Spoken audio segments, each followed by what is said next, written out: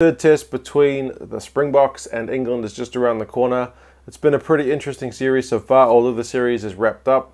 I mean, the first match was tri-fest, 49 points to 39. Nobody expected that.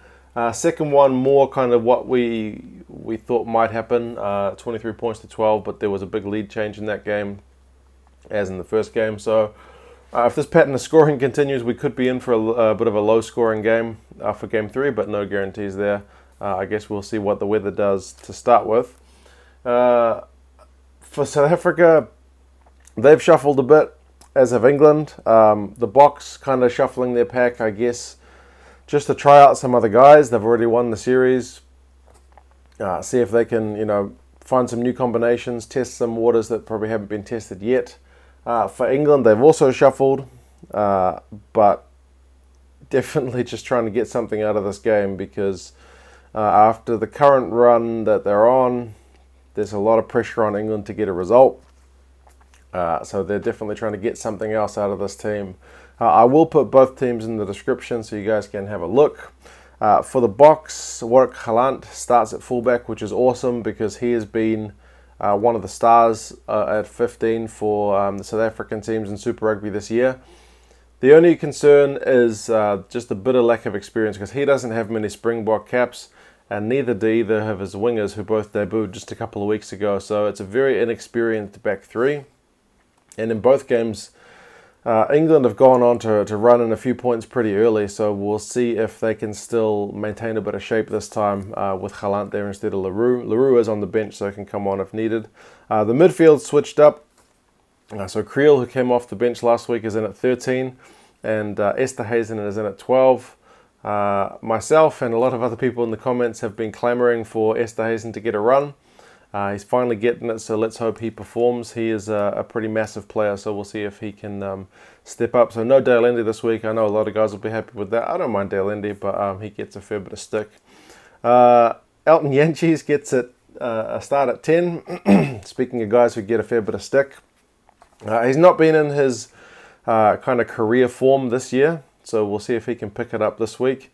I may have preferred to see Rob du Preez get a crack just because him and Esterhuizen played together at the Schalk, so it may have made more sense to put them together, but it's Jantjies who's certainly more experienced.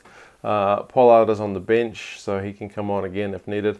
Ralepelle starts at hooker this week, so there's no Bongi and Bonambi. And 37-year-old Schalk Brits is returned to Springboks colours on the bench as well.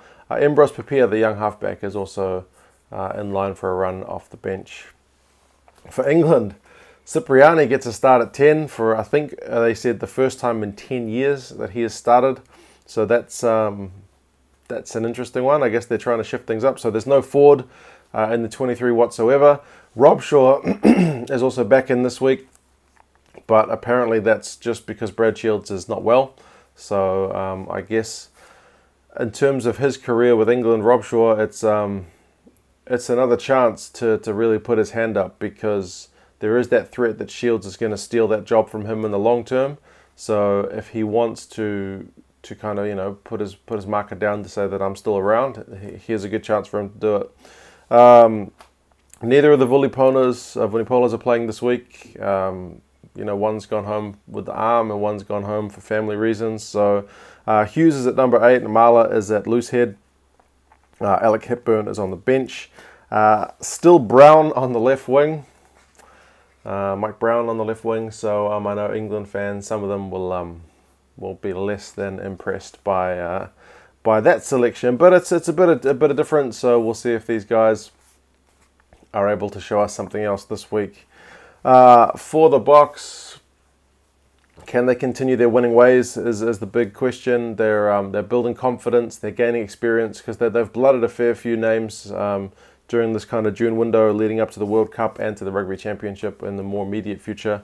Obviously they would like to go 3 from 3, but if they do drop this one, then the fact that they've shuffled some of these guys around will kind of be a way of easing that from the guys. It'll be able to, well, it may end some guys' careers if it's that bad, but I think for the most part it'll just be looked at as, well, they were trying something and it didn't pay off. I'm speaking of Jantjies, especially when I say his career, because there's a lot of guys vying for that 10 jersey in South Africa. So I think he really needs to put in a shift. There has been talk about him going overseas, although with the current selection policy that doesn't matter. Yeah, he needs to put in something. For England, man, do they just need a win? Any win, be it a blowout where they just blitz them early and manage to hold on to a lead for a change, or whether they score a last-minute drop goal, penalty to pinch it, you know, at the 82nd minute, really doesn't matter. Any win will just take that pressure off, because there's so much scrutiny on. There's a lot of negativity around England at the moment. The media is pretty ruthless, so yeah, a win of any description would be most welcome. Pretty or ugly, it doesn't matter. We'll see if they can get it done. Taking a bit of gamble with some of these changes, but yeah, they'll be disappointed with the way that they've not been able to hold on to 2 leads in the last 2 games. So definitely something to turn around there. The bookies have South Africa by 4 points, so still picking it to be a pretty close one. This one is not at altitude, so it may be a difference. The last 2 games kind of been much higher than sea level, and England have been training at sea level, so there's no more excuses about altitude. Not that I heard a lot of that being pushed, a bit of it, but yeah, definitely a level playing field in terms of the sea level this week. So we'll see what happens.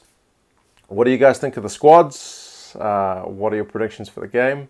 Hopefully it's a good one, even though the series is wrapped up. There's still, kind of like the All Blacks and France one, there's still a few talking points around both these teams, despite the fact that the series is wrapped up. So yeah, let me know your thoughts, and I'll talk to you again soon. See you later.